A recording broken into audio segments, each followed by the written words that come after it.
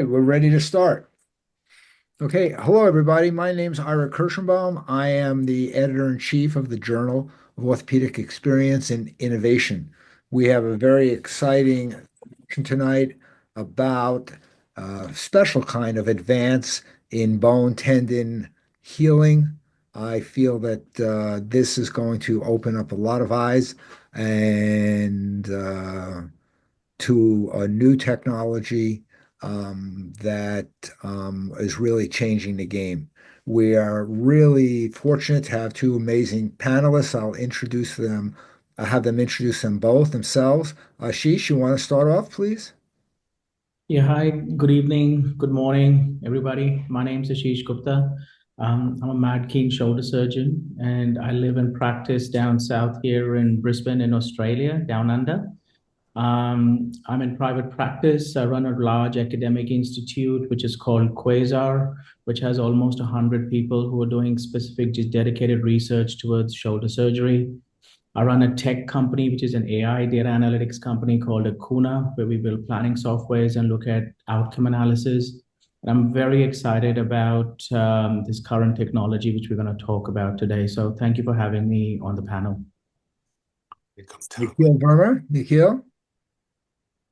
Thanks, Ira. So first of all, a big shout out to the team at Journal of Orthopedic Experience and Innovation for hosting us and allowing us to share some thoughts on this exciting technology. My name is Dr. Nick Verma from Rush Medical Center in Chicago and Midwest Orthopedics at Rush.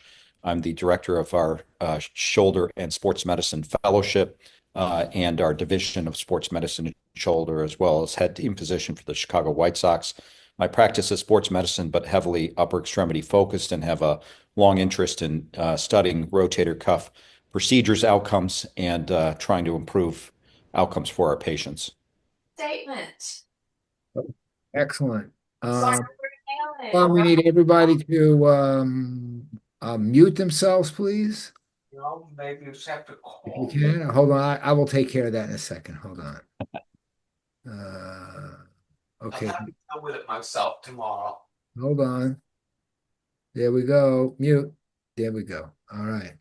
See, technology's not so bad. All right, we're going to start.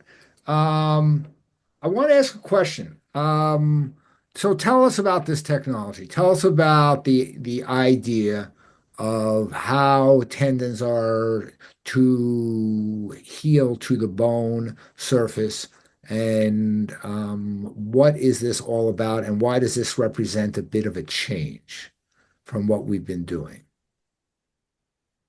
All right. So maybe I'll jump in, Ira. I think, the first thing that we have to acknowledge is that we've seen a lot of innovation in shoulder surgery, specifically as it relates to rotator cuff procedures over the last 2 decades. The biggest, of course, was the migration from open surgery using largely transosseous tunnels to arthroscopic approaches, and then technology around tendon to bone fixation in the setting of an arthroscopic approach that required a whole new set of instrumentation and implants in order to be able to achieve that.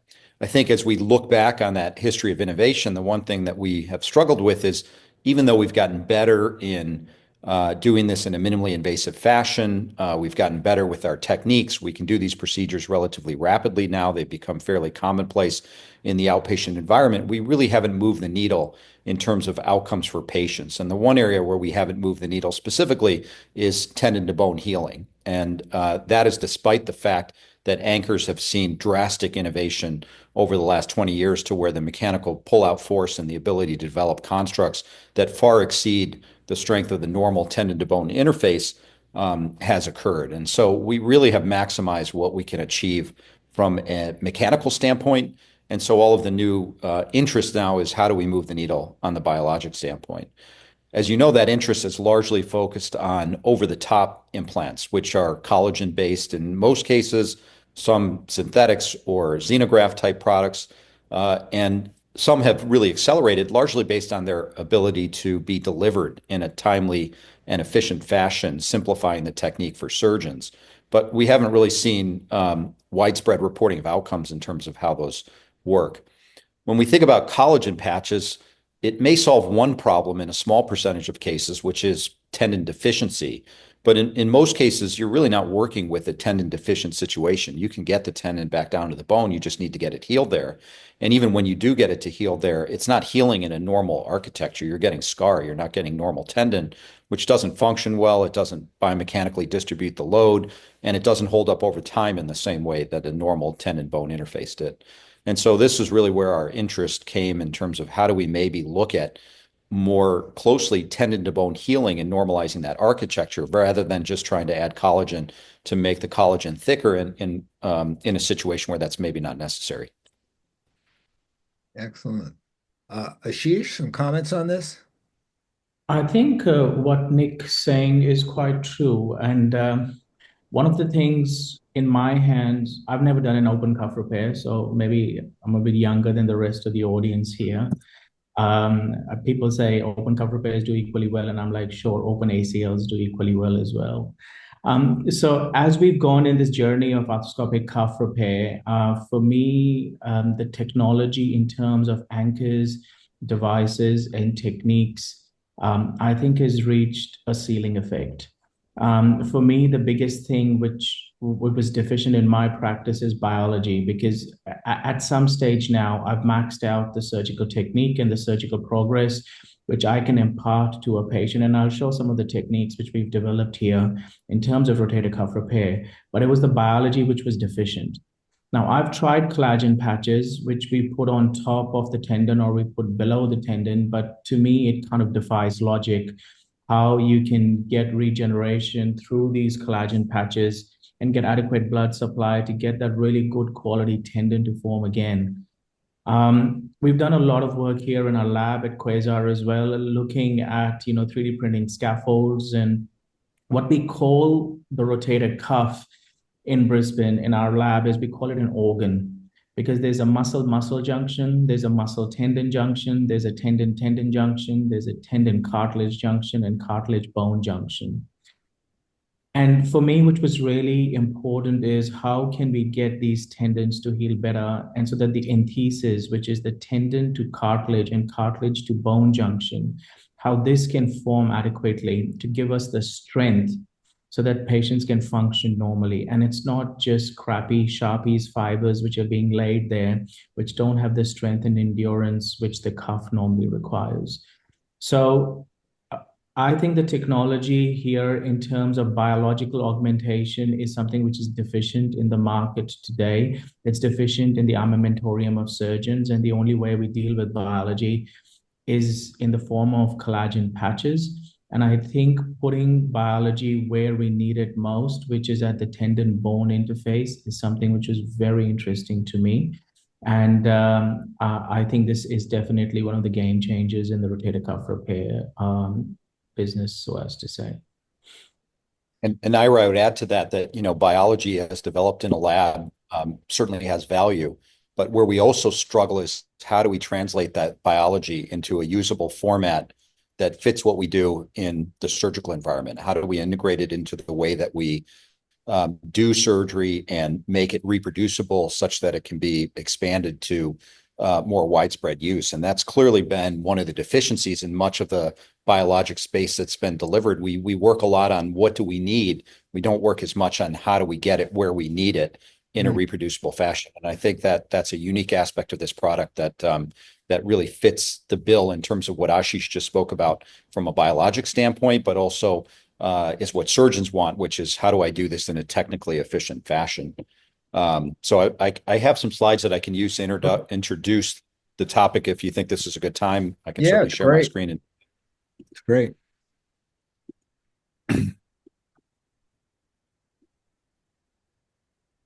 Can you guys see that there? Yep. Okay. So we'll skip the introductory comments since we already introduced ourselves. But what we're talking about here is a demineralized bone fiber implant that's used at the tendon to bone interface. So it doesn't go over the top of the tendon. It goes between the tendon and the bone. And in fact, it's inset within the bone as an augmentation for rotator cuff surgery. We've already talked about the fact that this is a common problem and actually increasing in frequency, about 500,000 cases per year in the United States. I'm sure it's similar in terms of the case volume relative to the population in Australia. And the problem that we deal with is this concept of failure. And failure can occur from mechanical factors, but in large part in 2025, it's occurring because of a biologic factor. And these tears can be anywhere from 10% or re-tears anywhere from 10% in the smaller tear environment. And in some of the larger tears where we deal with greater than 50%. But we also see what we call tendon failure in situ. And what that means is if you think back to your anatomy and histology and pathoanatomy courses that we all took in medical school, the enthesis is really designed or defined as this organized transition from tendon to bone. And that's designed to help distribute load across the footprint between where the tendon and the bone attaches. And it works in multiple planes. So it's not just if you're abducting or flexing, but when you're rotating, all of the different planes that you think about within shoulder motion. If we take a closer look at what does this biology look like, take a look at this slide, and this is basically a path slide looking at the histology of the tendon to bone interface. And what you see is it's a very organized transition zone. We go from tendon to uncalcified cartilage to cartilage, which is calcified, and then finally to bone. And this is all designed around strength of the bone tendon interface and load transmission and distribution in an organized fashion that can support all of the different loads that come across the tendon in terms of shear, pulling, and twisting stresses. Now, unfortunately, as Ashish kindly mentioned, is we don't get that when we do rotator cuff surgery. What we get is this is randomized mix of scar tissue within the interface. And if we look at this more broadly, what we see in many cases is that you have bone, you have scar tissue, and then you get to tendon. So it's almost failure in situ where you've got a bridge of scar tissue between normal tendon and bone, and that just doesn't function well. It doesn't distribute load appropriately, and it doesn't hold up over the stresses over time.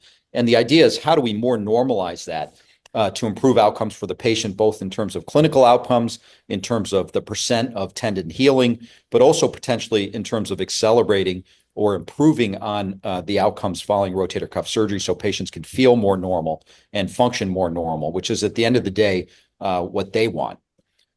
We know that this fibrovascular scar is mechanically weaker and it is prone to failure over time. So it's not uncommon that you see these patients that you operate on and 10 or 15 years later, they come back and they have re-tears or expansion of tears and are progressing to rotator cuff arthropathy and need a secondary innovation. So as we already talked about, and I won't belabor the point, much of the work that's been done to date is the idea of how do we benefit the collagen? How do we make the tendon more robust? And that usually informs or involves some form of over-the-top fixation with either collagen, allograft, or xenograft, or in some cases, even potentially artificial products that go over the top and try to help collagen integration. But that doesn't solve the problem that we've been talking about, which is how do you get that normal interface between the tendon and the bone, which is really where the interest in this product has evolved. The idea is that if you can do enthesis reconstruction, you can improve biology, you can improve biomechanics, and there is some preclinical data that really would support the use of DBM, which is demineralized bone matrix, in this fashion. The hard part is how do you get DBM into a usable format? DBM is really just nothing more than allograft bone. The nice thing about it is it contains both osteoinductive and osteoconductive properties. It does contain some of the BMPs that we would think about as helping to form biologic healing, and it heals by a process of end chondral ossification. So you create a defect, you fill the defect with this allograft bone, you get end chondral ossification, and the body is smart. It knows that if end chondral ossification is occurring at a bone tendon interface, it doesn't just create normal bone, it actually creates the bone tendon interface. So by creating a bone defect and asking the body to fill the bone defect at the site of a tendon to bone insertion, you're actually stimulating bone tendon healing rather than just laying the tendon over the top, in which case you're not really inciting that response and you get scar tissue formation. And this has been supported in multiple preclinical data that have demonstrated that when you use a bone graft at the site of a bone tendon interface, you get a more normal appearance of a four-layer transitional zone, similar to the enthesis that we just talked about. Now, traditional DBM is hard to manage because it comes in almost like a powder format. So how do you deliver that into an environment and make it usable for a surgeon other than potentially just packing it into a cyst cavity or something of that nature? And that's really where this demineralized bone fiber has been valuable. And the key here is in the harvest technique. So what you do is you take long bones and you actually use like a cheese grater type effect to take long fibrils of collagen and bone in the direction of the collagen environment. And so what that does is it allows you to get a 3D architecture. And depending on how you prepare those fibrils, you can get them to be stiffer, more malleable, less malleable, and you can make them into shapes. And so the way that this product evolved was in the spine, where they actually created these dowels that would go into a pre-prepared pedicle hole. You would then put a screw down the hole, and that would do two things. It would improve the screw fixation, almost the same way that you put a dowel into your drywall and then put a screw in, your fixation gets better. But it also gives you some value of bone at the bone tendon interface. And so we thought about, now that we can 3D manufacture these types of implants, how can we use this in the setting of rotator cuff repair? The nice thing about it is we don't have to go through a big authorization process. This is simply allograft bone. So we're all comfortable with using it. We know that it's safe and effective. And we also know that we can design it in a way such that it meets the needs for the surgeons in terms of how do we implant it and get it to stay there without minimal change to our surgical technique, minimal time added to the surgery itself. As a result, we were able to develop a widespread product portfolio that's available for use with whether you use hard body anchors or all suture anchors, whether you want to integrate the product into your anchor or use it separate from the anchor, whether you've got a small amount of exposed tuberosity or a larger tear with a larger amount of exposed tuberosity. And this has now been available since 2023 in July, with a gradual launch that's happened over time. And Ashish is going to share with you some of the preliminary data we have regarding outcomes for patients, as well as the MRI appearance of what these tears look like. But just to give you a sense of the widespread use, about 750 cases per day to about 1,600 implants, and approaching 1 to 2 year follow-up for many of these patients. So a robust clinical data. I'll just share with you briefly the technique. This is a patient who has about a 2 centimeter tear. We've already put in our anchors. We've already passed our sutures for our medial row. Now what we're going to do is create the bone defect for the DBM or DBF implant. And we do that just with a standard punch, as you would do for a normal arthroscopic procedure for inserting an anchor. But then we use a secondary cutting guide to basically create a recessed indentation within the bone that will then be used to accept the implant. In this case, we're using, let me go back, we're using a taco implant. So one of the nice things here is you can see by actually penetrating the subchondral bone, we get marrow egress, so we access some of the marrow elements. The implant is loaded onto an insertion handle. It's then deployed into the pre-prepared defect. It sits flush with the surrounding bone. This is literally the amount of time that it takes for the implant to go in. And you can see that we continue to access the marrow, but we have now also implanted the allograft within the bone to stimulate that process of enchondral ossification. And that's it. Now you go back and you simply finish your rotator cuff repair. So you've already got your sutures in place. You then dock them into your lateral row. If you're doing a lateral row repair, for those surgeons that like to do a single row repair, they can integrate the anchor into the DBM implant to provide the same amount of coverage, and the case is finished. And we're now thinking about how do we load the implant, potentially with things like bone marrow aspirate concentrate or PRP for further biologic activity. This is what it looks like when it's all done, your standard bone tendon repair. But again, the implant sits in the interface between the tendon and bone, which is why we say that it flips the script in terms of conventional thinking from a rotator cuff procedure. And here's just an example of how, as tendon tears get bigger, the implants can be fashioned in a way that they can fit multiple different configurations or tears or size of tears that you need. So what is the advantages? It's allograft bone, very safe. Obviously, everybody's comfortable with allograft. We use it all the time for different applications. There's no concern about inflammatory reactions. It integrates very readily into bone. It's off the shelf. It can be stored. It's not something that you need to pre-order, and it's cost effective. So I think really what we need to think about is we've really been focusing on collagen deficiency, but what about tendon bone deficiency, and how do we facilitate normal enthesis reconstruction, and how do we do that with a simple and reproducible surgical technique? And this has been kind of the thought process that went into designing the implant, the instrumentation for the implant, and finally the techniques that surround the implant instrumentation. So hopefully that's helpful in introducing the topic a little further. That was great. It's great stuff. And Ashish, you have some data, right, to show us? Yeah, sure. So if I may, I think while I load up my slide, one of the key things which Nick's mentioned here is this is a technology which everybody can use. It's not something which, a very subspecialized shoulder surgeon or a really skilled surgeon can do, something like an ACR, but it's something which everyone can use. Can you guys see my slide? Yes. Okay. So these are my disclosures. The one which is important here is I believe in this technology, so I've invested in the company. What is the aim? This is the aim. So if you look at this, the patient number one, which is in the middle, got a large retracted rotator cuff tear. As Nick was saying, this is almost a 40 to 50% re-rupture rate. And this is the result we get in a patient like this at follow-up MRIs at 6 months. You can see the tendon's really thick. The enthesis is formed. It's almost like a roots of a tree, which are embedded within the humeral head. And this is on the patient number two. On the flip side is another patient with a smaller tear, but then the quality of the tendon and the enthesis, which is formed here, is very, very thick and robust.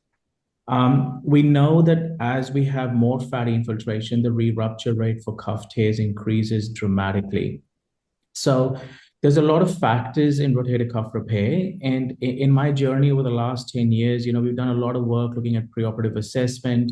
Of course, you have to choose the right patient. Surgical technique is really important. And then we talk about augmentation. So there's a case like this. We have a 54-year-old guy. He's a farmer. He's a heavy manual worker. What do we do for him? Do we SCR this? Do we do a tendon transfer? Do we do a balloon? Do we do a patch? The jury is really out there. A similar guy, one of my patients, 45-year-old fireman, you look at the Y view and it looks like, oh, maybe this is not a repairable tendon, or maybe we need to do an SCR or, something. So one of the big things which we've looked at is we've looked at looking at the Goutillier grade for these patients, much more medial. What we believe is that if you look at the rotator cuff healing at the Y view, we're actually looking at the wrong section of the scan, because the rotator cuff has retracted. Whereas if you go much more medial, you see while the cut sequence is here, the muscle quality actually looks much better because this is a large retracted tear. So what we believe with this is that the classification which we've developed is it's a medial scapular body classification, where you actually need to look at the muscle fatty infiltration much more medially. Then the question comes is, how do we repair these massive rotator cuff tears? And we've developed a technique here, which, one of my friends in Japan started off, and then I've pushed the boundaries for this. And this is called a muscle slide technique. It's no different to doing a JOEI approach for a scapular fracture, where we peel off the supra and infraspinatus and repair the fracture and just let the muscles heal back. The thing here is this is done all arthroscopically. So we basically detach the supra and infra from the bone, leave the superficial fibers intact. And this gives us a 5 centimeter excursion of the tendon, so that you don't actually need a patch or a graft to augment this. So this is the paper which we published a while ago. Now we've gone up to 101 shoulders, and everybody's had an MRI done. As you can see here, 96.8% have had MRIs done, and we've got a mean follow-up of more than a year using this technique. And I have been able to achieve a 92% healing rate. This is independent of tetris. I'm just trying to give you a preamble. So I've had 8 re-tears and almost these 100 patients now. And this is one of the re-tears which I've had, which needed something to be done. So in my hands, if we had patients with large to massive rotator cuff tears, the smaller ones were not a big problem in my practice. But in these large to massive rotator cuff tears, which are retracted past the glenoid rim, which had spurred a whole different bunch of operations from an SCR, et cetera, I strongly believed if you can repair these tendons back normally, that gives the patient the best outcome. So this involves a whole bunch of releases, which are periarticular releases to release the tendon, ensure that we can achieve a tension-free excursion of the muscle tendon complex. And as we all know, unless you have a tension-free repair, the tendon's going to fail. One of the key things in this is to dissect the neurovascular pedicle, which is the suprascapular nerve. So I like akin to any plastic surgical procedure where we do flaps, we rotate the muscle tendon complex on its pedicle. So one of the cornerstones of this procedure is to dissect the suprascapular nerve and artery so that the muscle and the tendon complex is moving on this pedicle. And also we know that the suprascapular nerve is the carpal tunnel of the shoulder, and enlarged retracted cuff tears. This retracts much more medially and causes a fair bit of pain. So in this case, as you can see here, the suprascapular nerve is released. It's in healthy fatty tissue. The nerve is usually always a little bit congested, and it provides really good pain relief to the patient post-operatively. But this is one of the cornerstones of massive cuff repairs from a surgical technique point of view. Then arthroscopically, we just keep dissecting this more and more medially and keep releasing the supra and infraspinatus medially all the way till the medial scapular border. And this is just allowing for excursion of this muscle tendon complex without devascularizing the muscle or the tendon complex, so that we can get the whole muscle tendon complex to cover the footprint completely.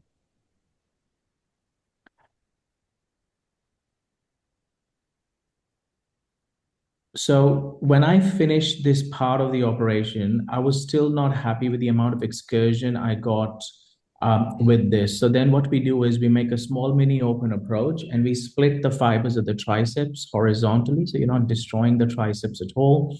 And you use a Cobb's elevator, and you're basically stripping the muscle supraspinatus and infraspinatus off the supraspinous fossa and off the infraspinous fossa, so that you're releasing the attachments of the muscle medially. We don't go any far more lateral to where the suprascapular nerve pedicle is. And then this is the excursion you get of this rotator cuff, which an hour ago was deemed to be irreparable. Following this, as Nick has shown, you just pass your standard sutures. I do a lasso loop technique because I was taught by Laurent Lafosse. I don't do, suture bridge kind of configurations. I believe in tying knots. So we get this deep delaminated layer, which is the key for the rotator cuff and pieces to heal as well, because this has the strong collagen and the tendinous fibers which require to heal onto the footprint so that we can get a really robust rotator cuff repair. So this carries on, and we were able to get a successful double row repair achieved for this massive irreparable tear. So this is how my journey started. So when we pull the deep laminated layer down, we get a watertight closure, which is really important. And then, a lateral row repair is performed. So this is what it looks like for something which was deemed irreparable 90 minutes ago. I'm not going to show the open dissection. And so the results of these 100 patients was that we were able to achieve really good outcomes. You can see the post-op external rotation, lateral elevation, and forward flexion was incredible. For me, I was not able to get symmetrical post-op external rotation with tendon transfers.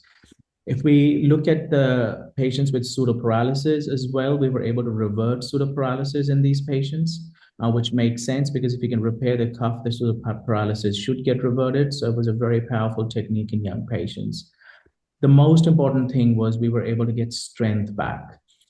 Post-operatively, we are able to get over 90% strength back of the supra and infraspinatus, which no other augmentation technique or rotator cuff repair technique per se can achieve. And irrespective of the Goutillier grade, when we looked at the strength of supra and infraspinatus, they still did really, really well. So we've looked at preoperative assessment, we've looked at the surgical technique, and in my hands, I'd maxed all of this out, and still I was getting failures. And still at the end of the operation, I wasn't happy, and I knew that the biology was missing from this whole a la carte approach I had for these tendons, and what else was needed. And that's when Tetris came around. So for me, this was really interesting technology. I will not show the Tetris video because Nick's just shown that, but I, use the implant. It doesn't even add more than 5 minutes to the case. You can use it in osteoporotic bone to supplant the anchors, or just put it in between in the footprint. So what we tried to do is we tried to look at the 31 patients now in which we have used the demineralized bone fiber group and compare this to a group of patients who had a muscle advancement procedure with smaller cuff tears as well. So muscle advancement and smaller cuff tear, so that we could have a really heterogeneous cohort and look at if actually the biological implant and the biological augmentation was making a difference. So for the purpose of this study, I started using tetras with really large tears, which were essentially all of supraspinatus and infraspinatus tears. They had pate 2 to 3 retraction with low grade of fatty infiltration. So these were the big muscle slide cohorts to start with. And our results were very encouraging. So without the augmentation, you can see the patient on the right. The cuff is still healed, but the quality of the tendon looks a bit sus. The patient's functionally doing quite well and the strength's good, but just that MRI is not as happy looking as the one on the left. You can see with the Tetris implant, much nicer, thicker enthesis. Footprint coverage is excellent, and the head's really nicely centered as well. So we did see with this that the mean tendon thickness has grown by around 0.5%, 4 mils or 5 mils, which is significant at that point. If we look at the range of motion and forward flexion, the Tetris patients are doing as well as the other, if not better. These are still 6-month data, so I think in time this will show things better. But we had a big hunch that the Tetris patients are outperforming my non-augmented patients at every time point from 6 months to 12 months and even at 3 months, which we are collecting data now. The strength measure is still equivocal right now because my rehab is very conservative for rotator cuff repair for strength in the first 6 months. So the strength for the supra and infra is equivocal right now. But since I've been using this in the last 6 months and I've seen this data, I've actually started an accelerated rehab protocol now in patients who've had the implant. So one of the things which we wanted to study was, does this actually, the thicker, more robust tendon mean earlier recovery, mean faster rehab, mean earlier return to work? And our provisional data does show that the pain relief is better. The ASCS scores at 6 months with the Tetris group, which is the blue, is equivalent to 12 months with the non-augmentation group. So we compared the 6 to 12-month data between the augmentation and the non-augmentation group.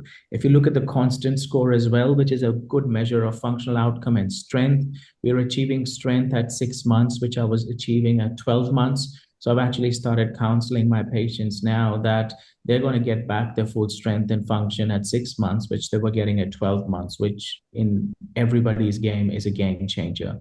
The UCLA is better. And even as I mentioned, the strength doesn't show that data right now, and that's probably because of our rehab protocol. So to summarize, despite using muscle slide and advancement for these massive rotator cuff tears, this is a very viable technique which eliminates the need for an SCR or tendon transfers in the vast majority of patients.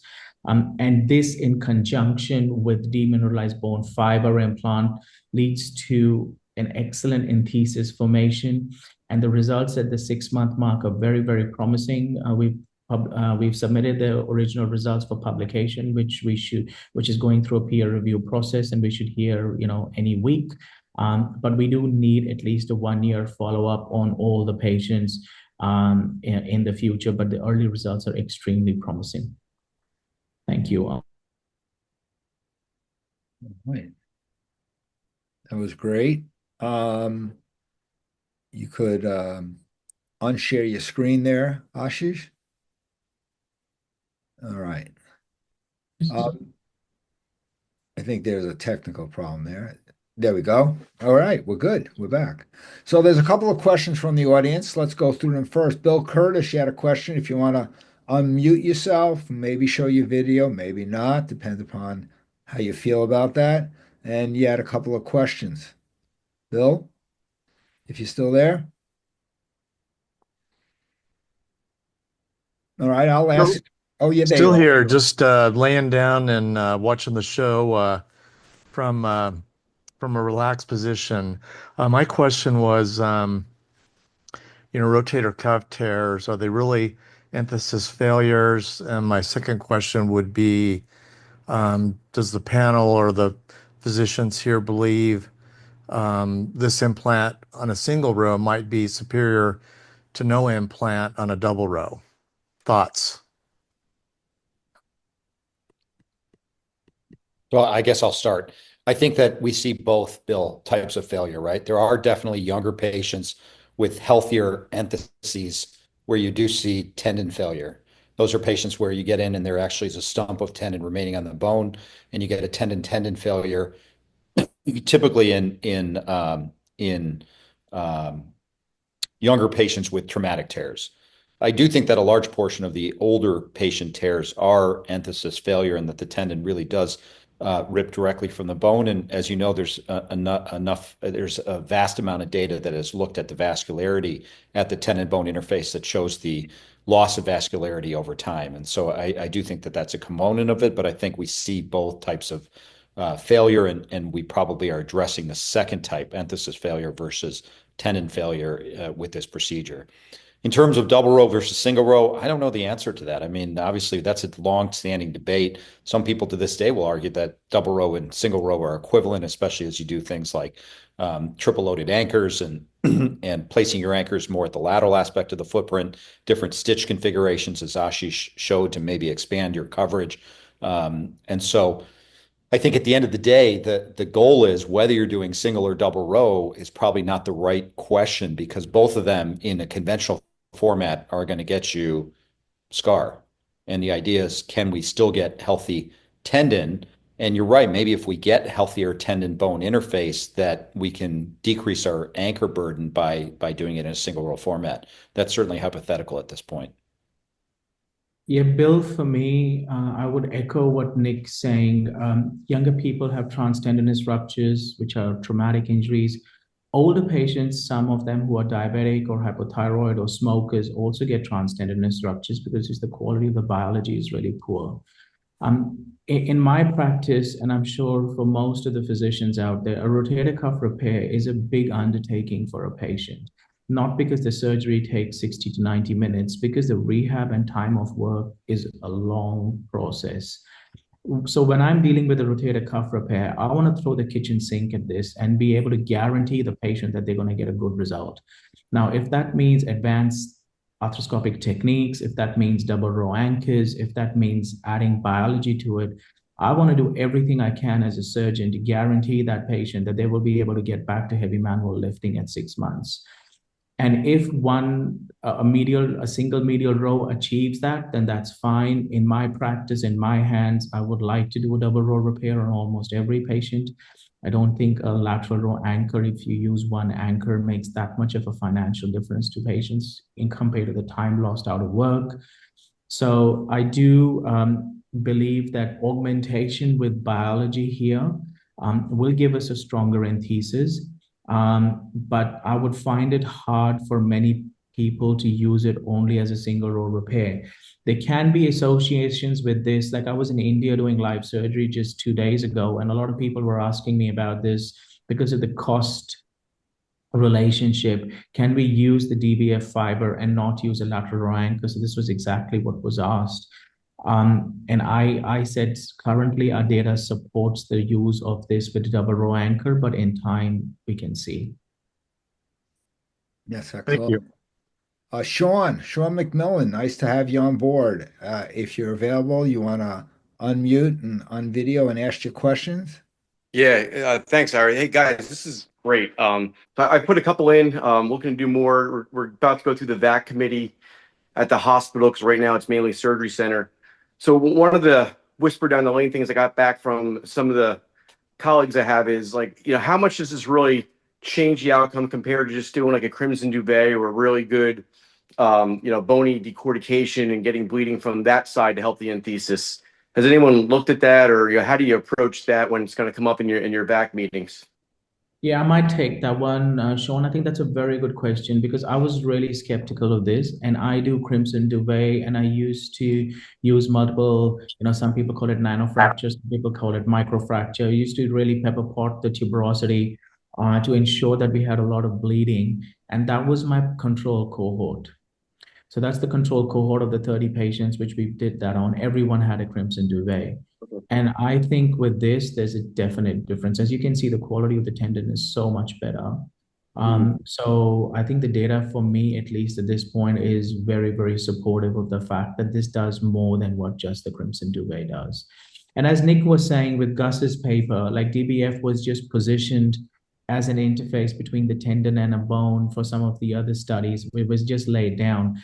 I think the fact that we can deliver this within the marrow of the footprint, and then that kind of acts as a tissue paper which soaks up all the good stuff. And it stays there. It doesn't just get washed off into the joint or into the subacromial space. I think the beauty of the implant here is that we're able to capture all the bioinductive and bioconductive properties and all the biological cells which are there in the enthesis, which I often feel with the crimson duvet and all the other techniques probably get washed up. Or if you have a clot which forms, then it plugs the marrow cavity because you formed a clot. And then this, the clot prevents further cells to reach the enthesis. Great. Thank you very much.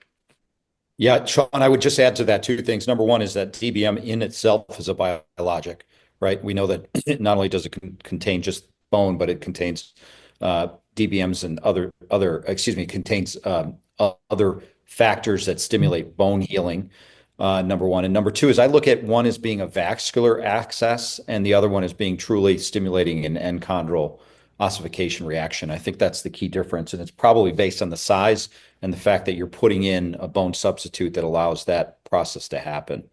And I think Ashish's point is the best one, which is if you look at his control group, there's an obvious difference despite best-in-class techniques that we have in 2025, absent an implant like this to access the bone marrow. Thank you. Great question, Sean. I just have a couple of questions based on this and some other open mics we've had. Is there a role for some of the collagen patches or something in addition to this? I mean, where would you use that, or in what setting? Do either of you combine these in various situations? I personally, Ira, don't believe in collagen patches. The only place pork and beef have is on my dinner plate, and not on the cuff. I believe strongly in biology, and the only data I did a lot of SCRs initially in 2016, and at the 5-year outcome, I had an 80% failure of my allograft, the collagen patch SCRs at 5 years from the glenoid. Globally, I think the best data is what Dr. Mihara has published with using fasciolata, and for cultural reasons and adoption reasons in Australia, that's not very common. But that autologic patch, I think, has the biggest data. The rest, in my hands, no. Could you put a patch on top of this with DBF at the bottom? Answer to that is you could do whatever you like, and then you can put a balloon on top of the patch. But if for me to be as a purist, repair the cuff and add the Tetris implant, which is really easy to do. And if this gives you a 97% healing rate, then I don't know.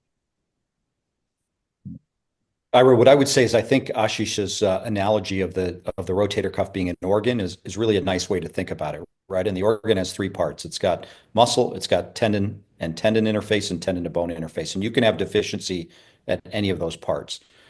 Tendon to bone deficiency is by far the most common. That's probably 90+% of the cases that we deal with. You can have tendon deficiency, and I think it's some of those MRIs that Ashish showed us. One could argue that the tendon may be deficient, and that might be the role for a collagen patch where you need to augment the collagen tissue, but also provide enthesis reconstruction, where I would consider using both.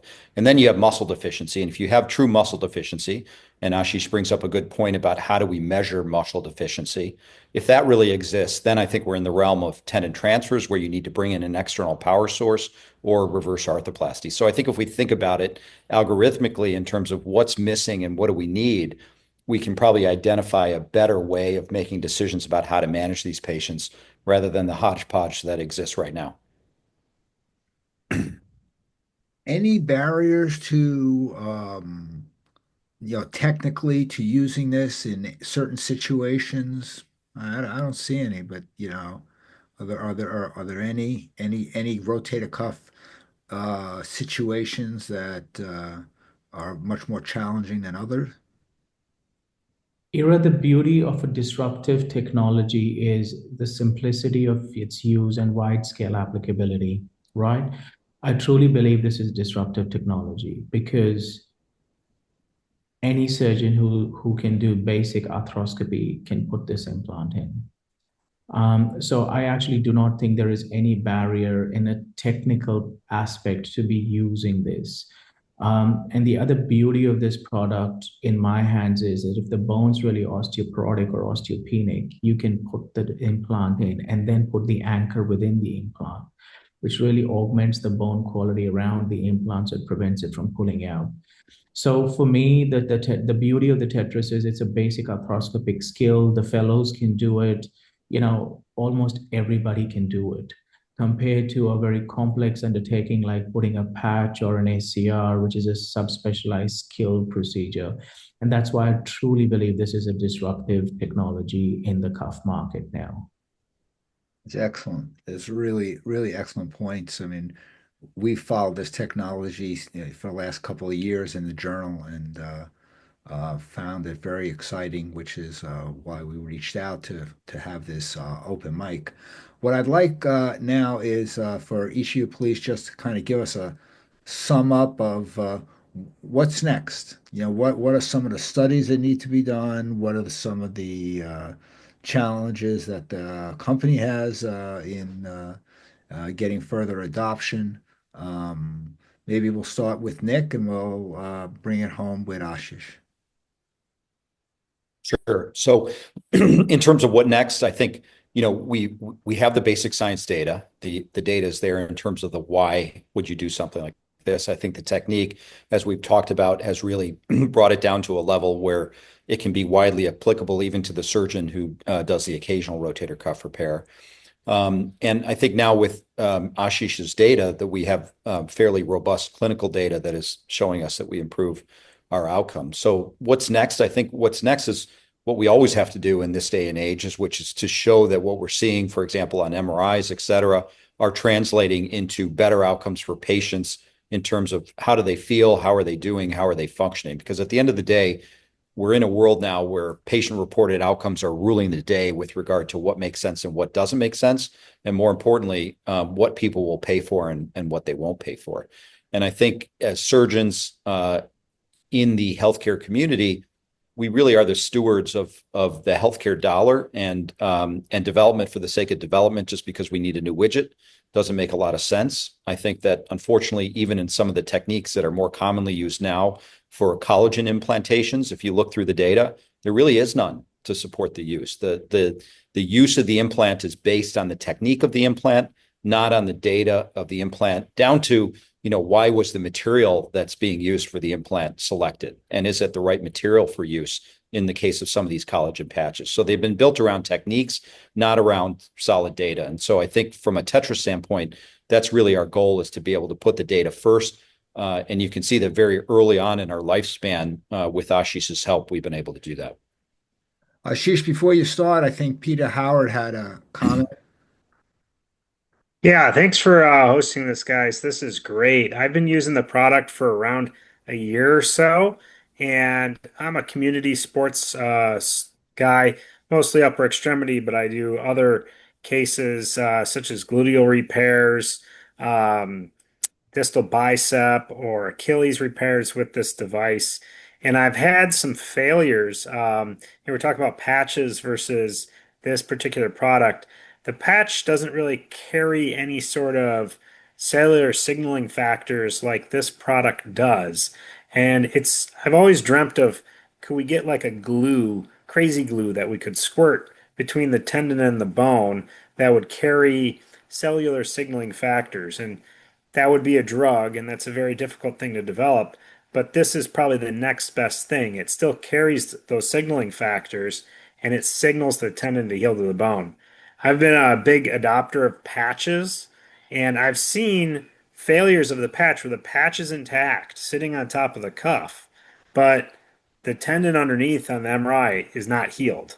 So the patch doesn't necessarily, it helps with mechanical factors, but it doesn't get us over the finish line for that biologic healing. And so I found it very easy to use and really adopted it to a variety of other odd like tendon transfers, like a glute max transfer, where it's been very helpful to get a tendon to stick where it's not actually supposed to be.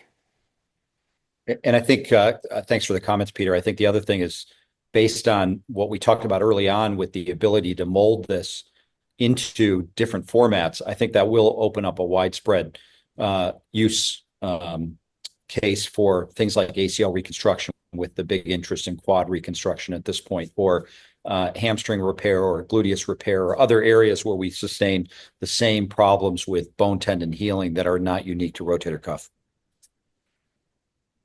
Excellent. Ashish, you want to bring us home with some comments? Yeah, so Pete, thank you, and Nick, thanks for your comments. So there's two things I'd like to say. When we looked at the mechanotransduction and we put all the stem cells which were necessary in the lab here, we formed tendon and we formed fibrocartilage, but it was really disorganized. It was like a cobweb. So it's not just having the stem cells and the the interleukins which are responsible to help the enthesis develop. But one of the very critical factors with this also is that there needs to be mechanical stress and strain, which then transforms these little cells into the right kind of cells in the right alignment which is required. So as Pete was saying, if you just stuck some glue in, you would just get a big blob of bubble gum there. How do we convert this blob of blubber bubble gum into a tendon which can bench press 160 kilos? And for that, you need a successful rotator cuff repair. And that successful rotator cuff repair and the tension on this bubble gum will convert this into the chondral and ossification cells which we require. So I think the science for me is very robust from the basic science perspective. Number one thing is do no harm. It's bone. We've used bone allograft for decades in orthopedics. So for me as a surgeon, it does no harm. Number three, our early clinical data is very promising, but we need to have at least 1 year clinical data on all our patients from my side, which we're working on. And then we've already undertaken a multicentric study on this, where a whole bunch of surgeons from the US and Australia are partaking and combining their data together. All of this is on the Acuna AI digital platform, where we've got a very strict criteria as to how we measure PROMs and MRIs for all of these patients. So a lot of good heterogeneous clinical data with multiple different surgeons using multiple different techniques will be published in the next 6 months to 1 year, which will give further credit to the technology. But in my mind, I don't have any doubt this is a home run operation. This is great. And as I like to say this, we're now at 8:57. JOEI open mics are the fastest hour in orthopedic history. I hope, Ashish, you can catch a plane. And we did it in time. I really want to thank Nick and Ashish for their expert opinions, as well as great insight into this, as well as all the people who participated in the open mic. And a big shout out to Tetris for supporting the evening. And wish everybody a good night.